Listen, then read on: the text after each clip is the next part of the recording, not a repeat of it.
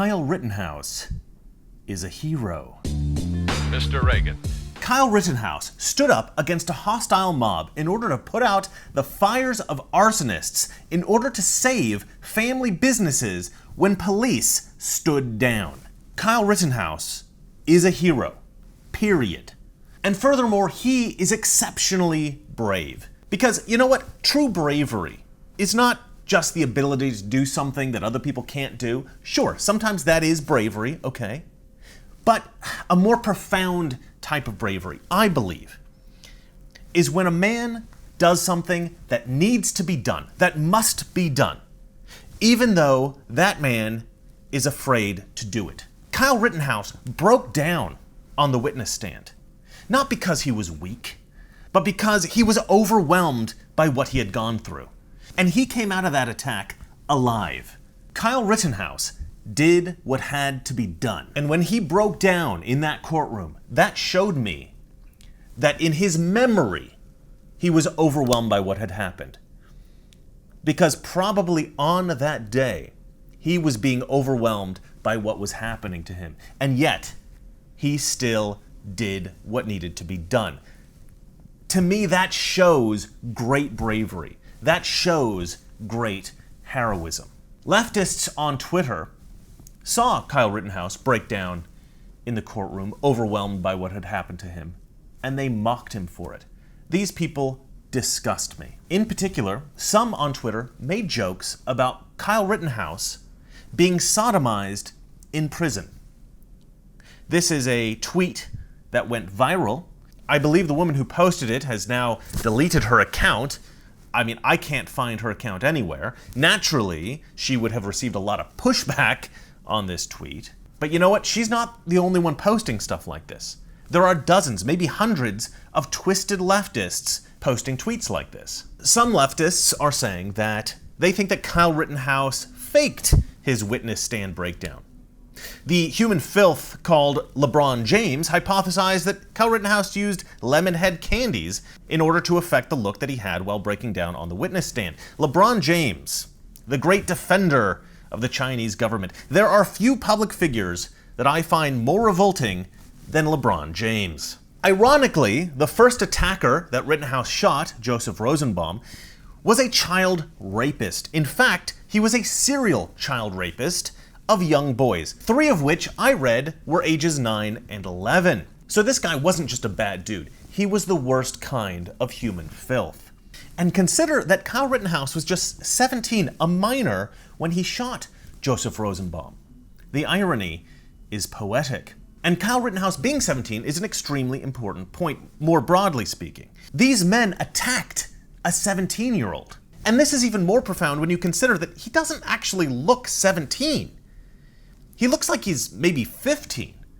The point being, Kyle Rittenhouse does not look intimidating. He's not a big dude. He's the kind of guy that a bully might target to pick on. I felt like, as young as he looked and the way he was, just the general way he was carrying himself, the protesters would have seen that as a weakness and tried to exploit that. These thugs that attacked Kyle Rittenhouse, they were bullies. They were bullies who thought that Kyle Rittenhouse was a lame baby antelope that got separated from the herd. But it was their mistake to think that. Because in reality, Kyle Rittenhouse was more than capable of defending himself. Some might even call him a badass. And that's probably in part why leftists are so upset. They thought that they attacked somebody vulnerable. But they actually attacked somebody very dangerous. And now they feel deceived. But Kyle doesn't have a baby face by choice. The deception was not intentional, it was incidental. And so this should serve as a warning to leftist thugs everywhere, BLM, Antifa, whatever. Do not attack conservative men.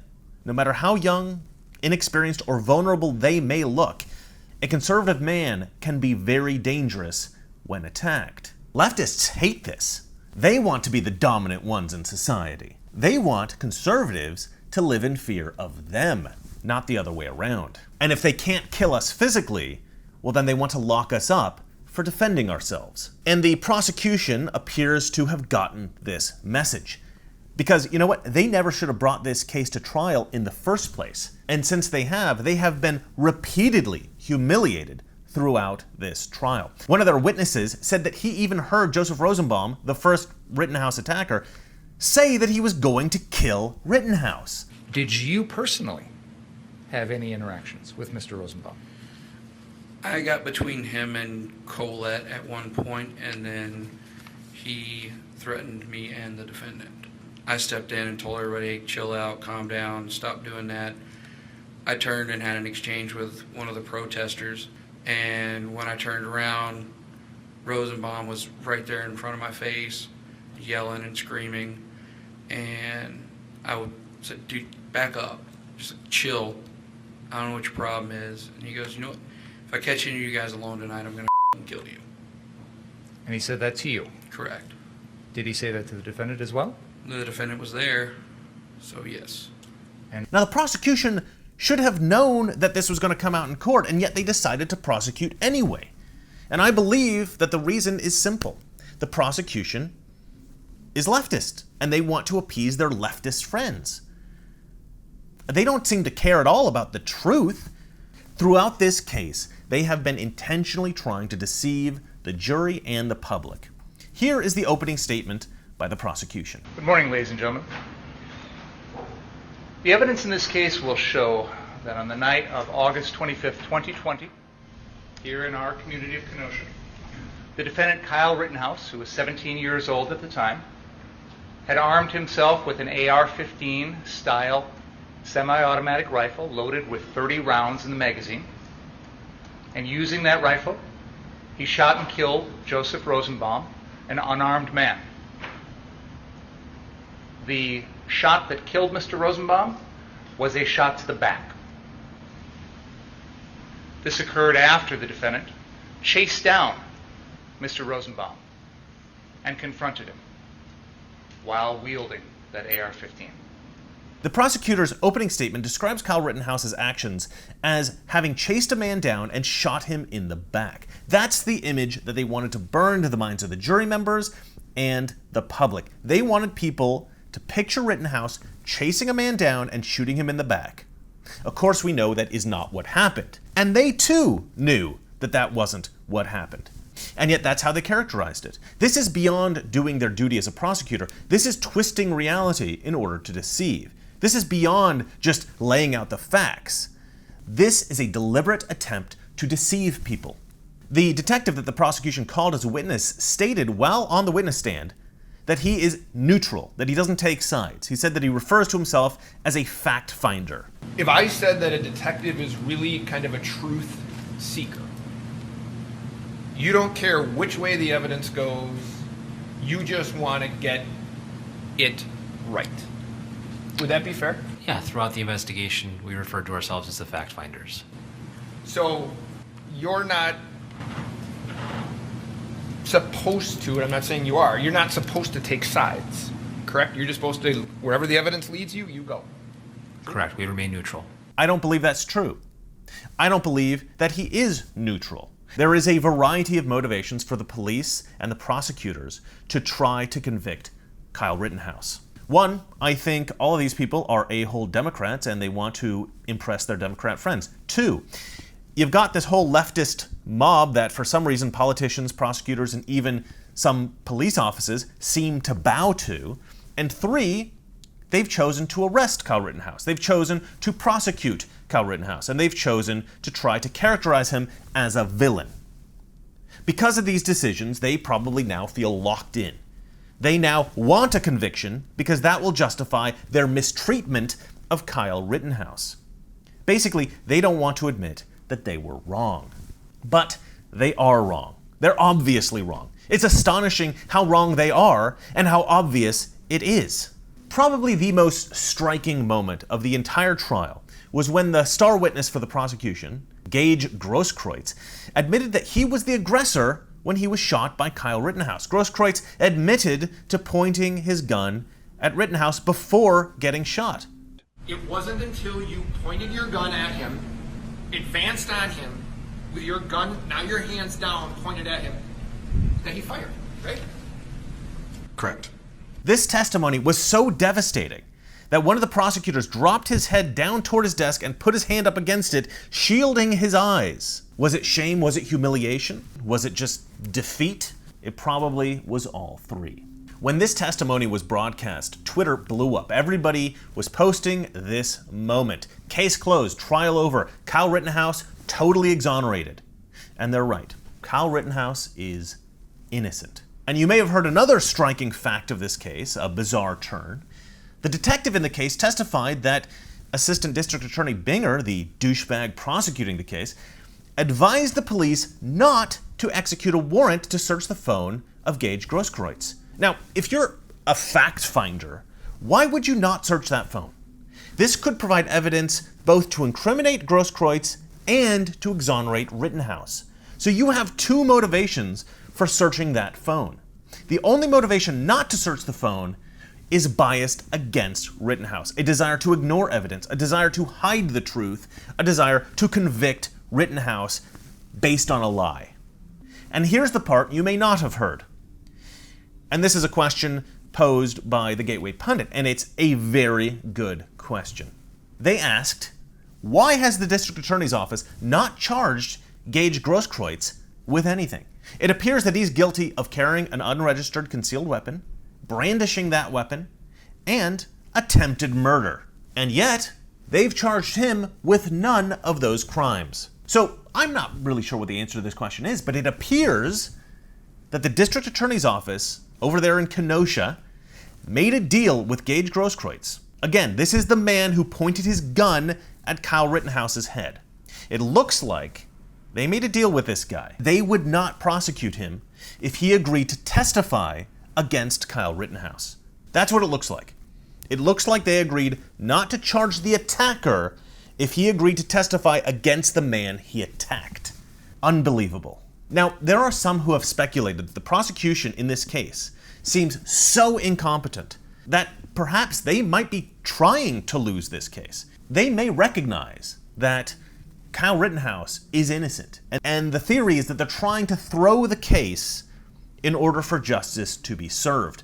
But that's absurd. If they wanted to lose the case, they would not have tried secretly to coerce a journalist into changing his testimony. They would not have tried to mislead the jury and the public multiple times. They would not have inappropriately tried to use Rittenhouse's invocation of his right to remain silent against him. No, these prosecutors do not want to lose this case. They're losing this case because they have no case. Kyle Rittenhouse is innocent. Now, that's not to say that their deceptions have been totally ineffective. Anna Kasparian thought that Kyle Rittenhouse was the aggressor. Now, what really mattered to me was how all of this unfolded. What was the thing that sparked it? What started all of it? And initially, I was under the assumption that Rittenhouse was the person who was chasing after Joseph Rosenbaum, that's how it had started. But I was wrong about that, okay? So I want to correct the record. I was, in fact, wrong about that. Other leftists were under the impression that Kyle Rittenhouse killed black men. And since learning that Rittenhouse's attackers were white, many black activists have said that it's actually a good thing that they were killed, or that they no longer care about the case. Throughout this prosecution, the Assistant District Attorney, Binger, has shown himself to be a real douche. He keeps playing all these dirty tricks. Look, a prosecutor should be facts only, right? Facts only. You shouldn't be playing all these dirty tricks to try to convict somebody. Either the guy's guilty or he's innocent. You don't have to play dirty tricks. You don't have to try to deceive people. I mean, he targeted Rittenhouse's right to remain silent. The judge was so pissed off at that, by the way, that he lashed out at this guy. I was astonished when you began your examination by commenting on the defendant's post-arrest silence. That's basic law. It's been basic law in this country for 40 years, 50 years. I have no idea why you would do something like that. And it gives, I'll leave it at that. So I don't know what you're up to. And, as I said before, Binger asked a reporter to change his testimony. And we asked if you knew anything beyond that statement. Correct. We didn't ask you to change it. Yes, you did. This prosecution is not neutral. These people are not presenting facts. These people are trying to convict through deception. But it's worse than that, okay? The nephew of George Floyd, a guy named Cortez Rice, apparently, has reportedly weighed in on this case. Now, he has suggested that the jurors will be held accountable if they do not convict Rittenhouse. I ain't even gonna name the people that I know that's up in the Kenosha trial, but there's cameras in there. It's definitely cameras up in there, and there's definitely people taking pictures of the juries and everything like that. We know what's going on. So we need the same results, man. We need the same results. Justice for Dante Wright, justice for all stuff. So what this guy just said on video and published to the world, this is called jury intimidation. And this is a very serious crime. Of course, they won't be arresting, charging, or trying Cortez Rice with any crime at all because our judicial system does not work like that anymore. You only get arrested and charged and tried for crimes if you're a white 17-year-old male who's done nothing wrong, apparently. Another absurdity of this trial is the attacks on the judge, Bruce Schroeder, who is clearly a good man. The other day, the judge's ringtone outed him as a country music fan and likely a patriot. The judge's ringtone is the song God Bless the USA. Now, this is a patriotic song, but it's also a song that was played at Trump rallies. And so the left has pounced on this as evidence that the judge must be a patriot, and so he must be a Republican, and so he must be a Trump supporter, and so of course he must be a white supremacist. The judge is also under attack for making a joke about the supply chain. This is real. This is really happening. The judge said that lunch was late probably because it was still on a boat floating off the Long Beach harbor waiting to be unloaded. According to leftists, this is... okay. According to leftists, because the judge had ordered Chinese food, this joke was somehow racist. Does he need to make jokes about Asian food not arriving? Because it's on a boat on Long Beach in California, whether he was being, racist towards Asians or insensitive or not, he's making jokes about the supply chain. It does not compute. Apparently, supply chain jokes are now proof of white supremacy. The leftists are also having a fit because the judge stated that those killed by Rittenhouse should not be referred to as victims. Leftists are incensed because they see this as biased in favor of Rittenhouse. But what these idiots fail to realize is that that's how our judicial system works. Or that's how it's supposed to work in America anyway. We're supposed to be innocent until proven guilty. This whole trial is about whether or not Kyle Rittenhouse was defending himself or viciously hunting down victims. If it's proved that he was hunting these men down, he's a murderer, and the men that he killed are his victims. But if he was defending himself, then they are the aggressors, and he was the victim. That's the entire point of this case. But because these BLM degenerates have already decided that Rittenhouse is guilty, in their minds, the judge demanding that the rhetoric remain neutral in compliance with the innocent until proven guilty standard, well, he's somehow biased, and probably a white supremacist. Many in the media have, of course, called Rittenhouse a white supremacist. Even Joe Biden himself made this claim. Rittenhouse is, of course, not a white supremacist. This is absurd. There is no evidence of that whatsoever, and nobody with any sense thinks this. Kyle Rittenhouse's mother was naturally upset by this, and she says that Joe Biden defamed her son. When I saw that, I was in shock. I was angry. I was so angry for a while at him. And what he did to my son, he defamed him. I hope that they sue Joe Biden. I hope they sue him for every penny that he siphoned out of Ukraine. Don Lemon actually said that had Rittenhouse been a black teen, that he would be treated worse. Imagine if Kyle Rittenhouse was an 18 or 17-year-old black kid. Well, that's a different issue. With a gun. That? Talk about that. Right. How would people feel? How would the judge treat him if a black kid did that? Killed two people and injured another person. How would America feel about that? The irony is, that did happen. Just last month, we actually have an example of this very thing. A black 17-year-old, Timothy George Simpkins, shot 3 people at his school, a teacher and 2 other students. But there are 2 differences between these cases. One, Timothy Simpkins was clearly not acting in self-defense, and two, Rittenhouse spent 2 months in jail. Simpkins, on the other hand, was released on bail the very next day. Calvin Pettit, the English teacher who was shot, had jumped in to break up the fight. Simpkins shot him in the back, shattering his ribs and collapsing his lung. This kid was shooting to kill, and yet released the day after. And I don't know if race had anything to do with the judge's decision here, but I can tell you this. Timothy George Simpkins was not released the very next day because he was white. Kyle Rittenhouse, on the other hand, spent 87 days in jail and was only released after Good Samaritans raised the $2 million bail. And again, I don't know how much of Kyle's race went into the district attorney's decision to try him, his hostile treatment by the police and the prosecutors, his jail time, or his absurdly high bail number. But I can tell you this, he certainly didn't endure any of that abuse because he was black. Now, anyone with any sense can see this, and this is why this meme has gone viral. The meme is wrong, actually. Simpkins only shot 3 people. Another teacher, a pregnant woman, fell and was injured in the scuffle after Simpkins started firing. Nevertheless, 4 people were injured when Simpkins started firing at people in his school. This is America today, ladies and gentlemen. This is the justice that we get. There is no more white privilege as there was maybe 70 years ago. We've now replaced this with a new form of injustice, black privilege. Race had nothing to do with any of this on the part of Rittenhouse, but perhaps it did on the part of his attackers. Maybe they thought that Rittenhouse was some kind of white supremacist, as the BLM writers like to call anyone that they disagree with. And perhaps it was a factor in facilitating these riots in the first place. Consider that this only happened because the police stood down.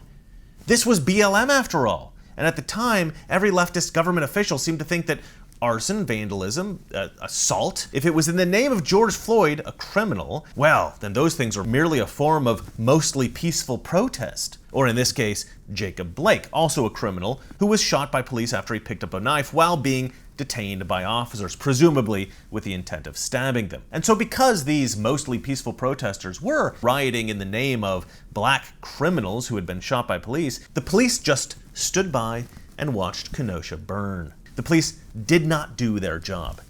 Instead, they obeyed the mob. An inappropriate deference to race-baiting political activists caused all of this. And you know what? Even after Kyle Rittenhouse is acquitted, and I do believe that he will be, justice will still have been perverted. Kyle Rittenhouse should never have been tried.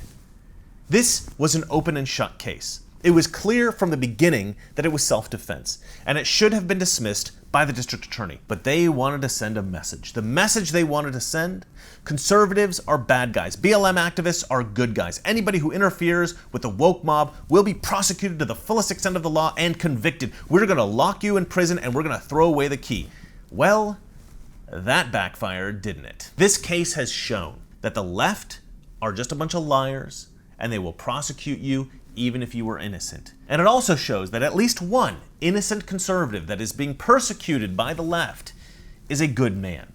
And despite the fact that a lot of leftists on Twitter, a lot of leftists in the media on CNN are talking about Kyle Rittenhouse as if he's some kind of a monster, I do believe that a lot of people that are independent-minded, a lot of people that are maybe right-leaning Democrats, they're going to see that that kid is innocent.